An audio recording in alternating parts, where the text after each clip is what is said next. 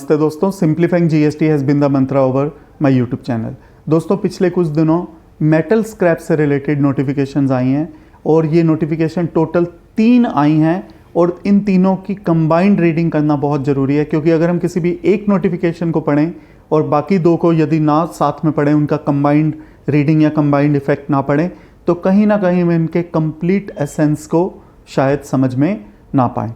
तो जो 3 नोटिफिकेशन आई हैं उन तीनों के पहले मैं नंबर आपके साथ शेयर करता हूँ। एक नोटिफिकेशन आई है सीजीएसटी रेट की 6/2024, ये सीजीएसटी रेट की नोटिफिकेशन है। ये नोटिफिकेशन आई थी 8 अक्टूबर 2024 को।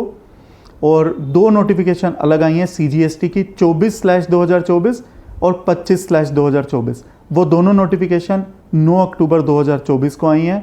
पर मज़े की बात यह है कि ये जो तीनों की तीनों नोटिफिकेशन, सीजीएसटी रेट की नोटिफिकेशन 6/2024 और सीजीएसटी की नोटिफिकेशन 24/2024 और 25/2024, ये तीनों की तीनों 10 अक्टूबर 2024 से प्रभावी हैं। तो मैं 1 बाय 1 तीनों नोटिफिकेशन आपके साथ शेयर करूंगा और फिर हम इनके कंबाइंड इफेक्ट को भी समझेंगे। सबसे पहले मैं नोटिफिकेशन शेयर करता हूं आपके साथ सीजीएसटी रेट की नोटिफिकेशन 6/2024, जो कि क्योंकि सीजीएसटी रेट से संबंधित है, ये कहीं ना कहीं रिवर्स चार्ज से संबंधित है कि अगर कोई व्यक्ति मेटल स्क्रैप में डील करता है, जो कि कस्टम टैरिफ में चैप्टर नंबर 72 से 81 के बीच में फॉल करता है, और यदि सप्लायर अनरजिस्टर्ड है और जो रेसिपिएंट है वो रजिस्टर्ड है, इन दैट केस रेसिपिएंट को रिवर्स चार्ज में जीएसटी जमा करवाना होगा। ये नोटिफिकेशन जो आई है, जिस नोटिफिकेशन में कहा गया है, वो नोटिफिकेशन है 6/2024 सीजीएसटी रेट की नोटिफिकेशन है। 8 अक्टूबर 2024 को आई है, बट इफेक्टिव है 10 अक्टूबर 2024 से। तो पहला केस है, अगर supplier unregistered, recipient registered, reverse charge में रेसिपिएंट को जीएसटी जमा करवाना है और वो उसका आईटीसी का क्रेडिट भी ले ही सकता है अगर वो एंटाइटल्ड होगा। दूसरी जो मैं नोटिफिकेशन आपके साथ बात करने वाला हूँ वो नोटिफिकेशन है 25/2024। 25/2024 के अंतर्गत सेक्शन 51 में कुछ अमेंडमेंट की गई है। सेक्शन 51 में की पावर को यूज़ करते हुए थोड़े से इसके स्कोप को एनलार्ज किया गया है। अगर मैं सेक्शन 51 को मोटे मोटे तौर पर अगर आपके साथ बात करूं तो वो टीडीएस से संबंधित है और उसमें 2.5 लाख रुपए से अगर ऊपर का कॉन्ट्रैक्ट हो तो 2% टीडीएस रेसिपिएंट के द्वारा काटा जाता है। और उसमें जो पर्सन कवर किए गए हैं वो कवर किए गए हैं municipal authority, society, public sector undertaking. ऐसा सेक्शन 51 में टोटल 6 पर्सन इस तरह से कवर किए गए हैं। अब उसके अंदर एक 7वें कैटेगरी को ऐड किया गया है और वो 7वीं कैटेगरी है मेटल स्क्रैप से रिलेटेड। अगर सप्लायर भी रजिस्टर्ड है, रेसिपिएंट भी रजिस्टर्ड है, तो रेसिपिएंट को 2% टीडीएस काटना होगा उसकी पेमेंट करने से पहले। 2% जमा करवाना होगा जब भी उसके पास इनवॉइस आएगा।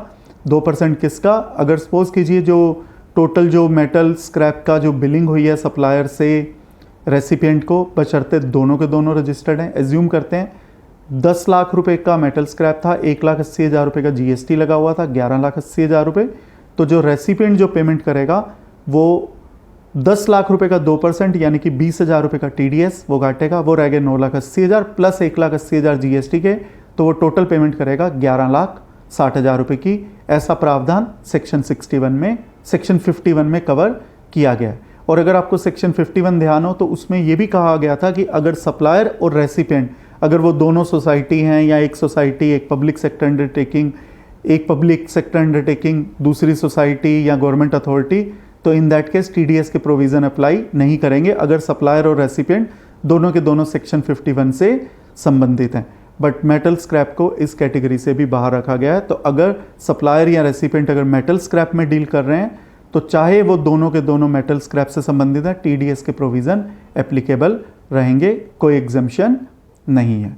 तो गवर्नमेंट कहीं ना कहीं ऐसा समझती है कि मेटल स्क्रैप में धांधलेबाजी होती है। उस धांधलेबाजी को रोकने के लिए कहीं ना कहीं ये कड़े प्रोविज़न को सेक्शन 51 में, जहां सप्लायर और रेसिपिएंट दोनों रजिस्टर्ड हैं, 2% टीडीएस का प्रावधान लाया गया है। और जहां सप्लायर अनरजिस्टर्ड है बट रेसिपिएंट रजिस्टर्ड है, तो जो नोटिफिकेशन सीजीएसटी रेट की नोटिफिकेशन 6/2024 उसको रिवर्स चार्ज में कवर किया गया है।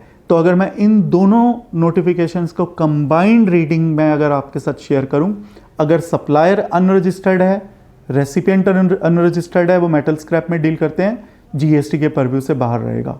सप्लायर रजिस्टर्ड है, रेसिपिएंट भी रजिस्टर्ड है, तो फॉरवर्ड चार्ज में टैक्स भी लगेगा 18%, बट रेसिपिएंट जब पेमेंट करेगा सप्लायर को तो वो 2% का टीडीएस काटेगा। सप्लायर अनरजिस्टर्ड है, रेसिपिएंट रजिस्टर्ड है, in that case reverse charge में रेसिपिएंट को जीएसटी जमा करवाना होगा और उसको आईटीसी मिल जाएगा यदि वो सेक्शन 16 की शर्तों को पूरा करता है।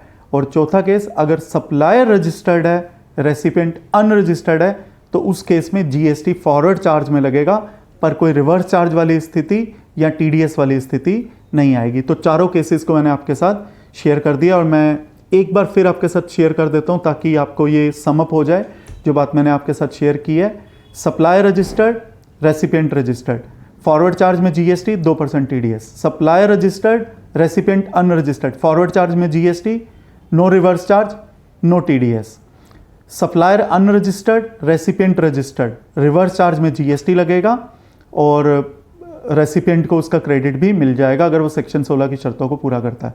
सप्लायर अनरजिस्टर्ड, रेसिपिएंट भी अनरजिस्टर्ड, जीएसटी के परव्यू से बाहर है। ये दोनों नोटिफिकेशन जो मैंने आपके साथ शेयर करी ये थी सीजीएसटी रेट की नोटिफिकेशन 6/2024 और सीजीएसटी की नोटिफिकेशन 25/2024। अब एक नोटिफिकेशन और बच जाती है जो कि नोटिफिकेशन है 24/2024। उसके अंदर क्या वो इन दोनों मेटल स्क्रैप से कैसे संबंधित हैं? यदि आपको सेक्शन 23 ध्यान में हो, सेक्शन 23 सबसेक्शन 2 सीजीएसटी एक्ट का, उसमें ये लिखा हुआ है कि सेंट्रल गवर्नमेंट यदि चाहे on the recommendation of GST council कुछ लोगों को एग्जेम्प्ट कर सकती है कि आपको जीएसटी का रजिस्ट्रेशन लेने की ज़रूरत नहीं है। और उसमें ये केस रखा गया था कि यदि कोई सप्लायर अगर वो टैक्सेबल आइटम में डील करता है और उस पर रेसिपिएंट को रिवर्स चार्ज में अगर जीएसटी जमा करवाना है तो ऐसे सप्लायर को जीएसटी रजिस्ट्रेशन की ज़रूरत नहीं है। तो अगर यही मैं मेटल स्क्रैप वाला यदि केस आपके साथ शेयर करूं, अगर सपोज कीजिए सप्लायर अनरजिस्टर्ड है और वो टैक्सेबल आइटम में डील कर रहा है, मेटल स्क्रैप में डील कर रहा है, रेसिपिएंट रजिस्टर्ड है तो रेसिपिएंट उसके ऊपर रिवर्स चार्ज में जीएसटी जमा करवाएगा। तो यदि सेक्शन 23 सबसेक्शन 2 को ध्यान में रखा जाए तो चाहे सप्लायर की लिमिट बढ़ भी जाए उसको रजिस्ट्रेशन लेने की ज़रूरत नहीं थी, बट नोटिफिकेशन 24/2024 के थ्रू उनको एक्सेप्शन में रख दिया गया है कि इनको ऐसी छूट अवेलेबल नहीं रहेगी। तो अब अगर ऐसे केस में कि अगर सप्लायर टैक्सेबल आइटम में डील कर रहा है और रेसिपिएंट को रिवर्स चार्ज में जीएसटी भरना भी है, तब भी सप्लायर को अगर उसका टर्नओवर एक्सीड कर जाता है एज पर सेक्शन 22 या कंपलसरी रजिस्ट्रेशन की रिक्वायरमेंट आती है as per section 24 of CGST act, उसको रजिस्ट्रेशन लेना जरूरी रहेगा। और यदि मैं मान लूँ कि उसका टर्नओवर बढ़ जाता है और सप्लायर रजिस्ट्रेशन ले लेता है तो वो सेक्शन 51 में फॉल कर जाएगा जहाँ पर सप्लायर भी रजिस्टर्ड है और रेसिपिएंट भी रजिस्टर्ड है, तो फॉरवर्ड चार्ज में जीएसटी भी लगेगा और 2% का टीडीएस भी रहेगा। दोस्तों मैं उम्मीद करता हूँ ये वीडियो आपकी प्रोफेशनल नॉलेज के लिए, बिजनेस नॉलेज के लिए, आपकी अंडरस्टैंडिंग के लिए काफ़ी यूज़फुल साबित होगा। साथ के साथ मैं ये भी आपसे रिक्वेस्ट करूँगा कि तीनों नोटिफिकेशन को एक साथ रीड कीजिएगा क्योंकि सिंगल नोटिफिकेशन कहीं ना कहीं आपको पूरा एसेंस समझाने में असमर्थ रहेगी। दोस्तों इस वीडियो को देखने के लिए आपका बहुत बहुत धन्यवाद। Thank you.